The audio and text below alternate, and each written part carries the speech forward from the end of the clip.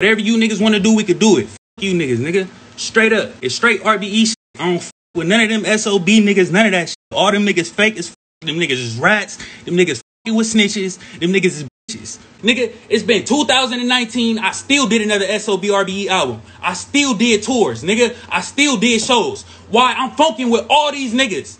Why I'm funking with these niggas? These niggas supposed to be my brother, but I'm funking with these niggas main mans though. But these niggas supposed to be my brother and we supposed to be in the same group. But I'm funking with these niggas main mans though. Yeah, I got this shit tatted on me. Yeah, cause I made this shit what it is. This shit wouldn't be shit without me, nigga. You niggas are hoes. All this, I don't fuck with rats, all this in these songs, all this, all that. Nigga, I'm embarrassed that I ever even was in a fucking group with you niggas, that I ever even did songs with you niggas. You niggas is old, nigga. Straight up, nigga. Y'all got me out here, nigga, to the neck, nigga. Against all these niggas to the neck, nigga. While y'all clicking up and sucking these niggas. SOBxRBE, a Vallejo, California-based group active since 2016, featuring T.D.E, The Boy, Slimmy B, and always distant member Lil G, currently locked up for murder.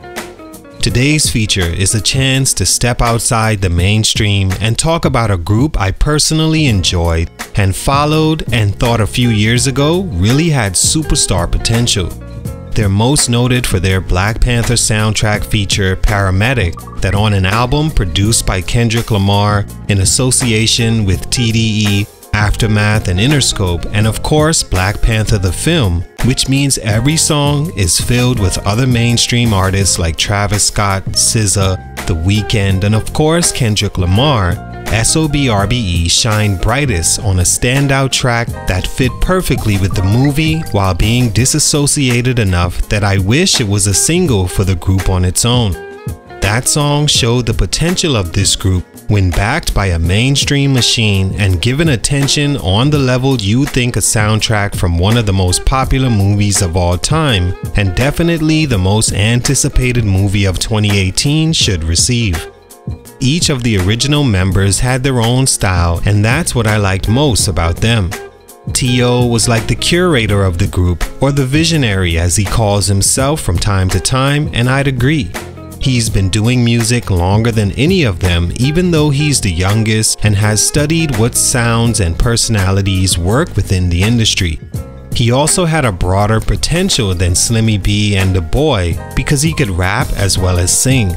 No, he wasn't on Drake's level of rapping and singing, but just like Drake isn't on Usher's level of singing or Lil Wayne's level of rapping, but he has a certain pocket on both sides that's very attractive to the ear of the listener.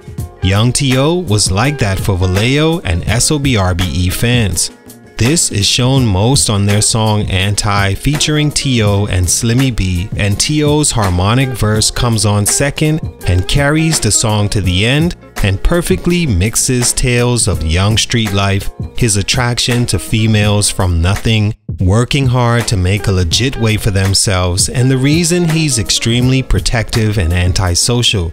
Speaking of Slimmy B, Slimmy to me had potential because he was raw. Like if you guessed of sound and appearance which of them resonated more with Vallejo streets, it was him. His slang and subject matter is completely what you'd expect from a Bay Area rapper and is where he shined. The Boy was a fan favorite in the group that was also the most anti, so to speak. No, he wasn't on their hit song, but most fans agreed technically he was the standout with his clever wordplay and delivery. He also had a throwback Bay Area look that was interesting enough to draw you in until his bars kept you there.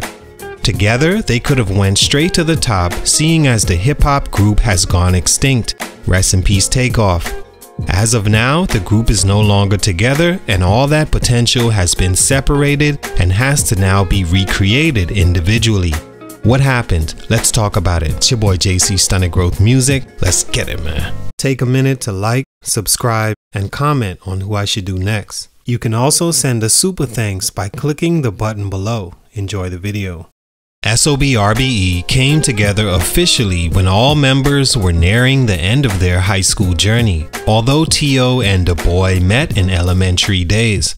Slimmy B, who's always known the boy, formed SOB together, initially inspired by their love for fashion, in particular sneakers, which they later changed to strictly only brothers. T.O. had RBE since the 9th grade while doing music and performing much earlier at 8 years old. After hearing the boy, T.O. invites him to his studio to record and help him become more noticed because of his potential. T.O. and Slimmy released the song Cautious 2016 and their music career took off. Sage the Gemini, who was blowing up at the time, took them under his wing and had them as opening acts to his shows. They released their first mixtape as a group behind the track Anti 2017 that became their biggest song to date that received gold status other than Paramedic that went platinum. Paramedic also features Lil G, the ladies' man of the group that was always loosely affiliated it seems, who later signed a solo deal with Def Jam in 2018. Their debut album released early 2018 and a second late the same year that both landed on the charts. Kendrick would fly them out to record the song Paramedic, to which they walked in and heard the beat and was told to just rap freely, and that's what they did. What came out was a classic soundtrack cut and pushed SOBRBE at the forefront of next group to blow in hip-hop and standouts in the Bay. Stunt number 1, Real Management. From a supporter's point of view, a lot of what made SOBRBE group not only slow down as artists but unfortunately and eventually disband was them not having the best management to guide their careers successfully to where it could have been. This is usually what all groups will face at some point, especially when you're quote from the streets. You meet a person or people that seem to know a little bit about the industry and has a few connections to give you a start, but unless that person evolves and does the knowledge of what it means to be a successful manager of not just one young talent, but 3 that are all different and had their own things going before the group started, then things can become miscommunicated and not handled in a manner business can still flourish. After Paramedic going platinum, no way was this supposed to be basically the end of this group. No outside noise is supposed to seep in from either SOB or RBE's side because they are supposed to be working and exploiting the hand stretched down to them from a feature like Kendrick Lamar, who not only put the artist on a soundtrack, he rapped on the song with them. Because the members didn't have communication about what was accepted among them as a group representing one, and because outside noise about who was important here and who was doing this over there, all caused bad blood to happen and members being forced to choose sides. All in the midst of what was supposed to be their biggest push after Paramedic. T.O. says that they were still in the hood after that feature. That shows management dropped the ball big time. They could have been the biggest group in the game right now since the Migos is no longer and would be at least XXL freshman status by now if managed better, or individually they all had different management to sit them down and explain business over petty in-house but outside the room beef and had them working removed from back to the hood environments. Stunt number 2, friends, business, or enemies. Doing anything within a group can be a very trying process. Doing it when you're all 18, 19 years old, came up in different areas and subgroups, so didn't exactly grow up as friends, can make it even more difficult. Bringing SOB and RBE together for music also brought their crews together, but not really. More like in the same room, but a clear disconnect.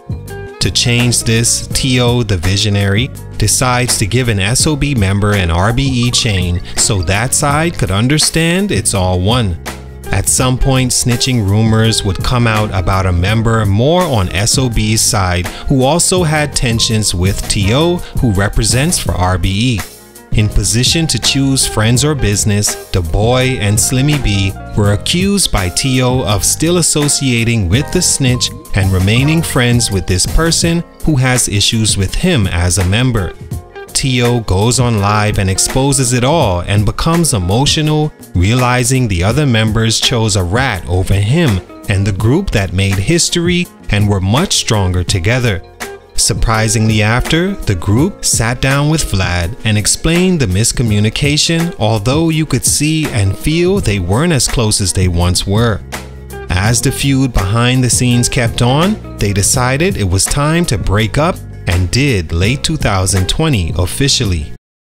Stunt number 3, Stronger Together. Finally, as individuals, I think they all kinda stunted their own growth as solo artists when what they had as a group was proven to work at the highest level. By now, they as a group would be household hip-hop names with major features, placements at festivals, and whatever else.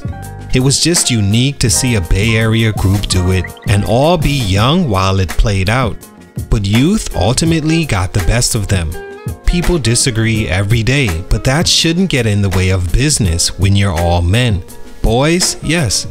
But to hear they broke up because of members choosing any other side other than that of another member, also to allegedly help an outsider smear the member's name about taking his chain, when in actuality the chain was given to him to make peace, is grounds for termination, and I feel T.O. on that.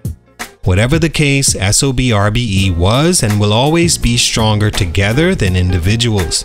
They all have their own YouTube channels now and do music individually, but outside of searching for what's going on with them, things have been quiet as far as moving ahead in the game. Together, they would already be there.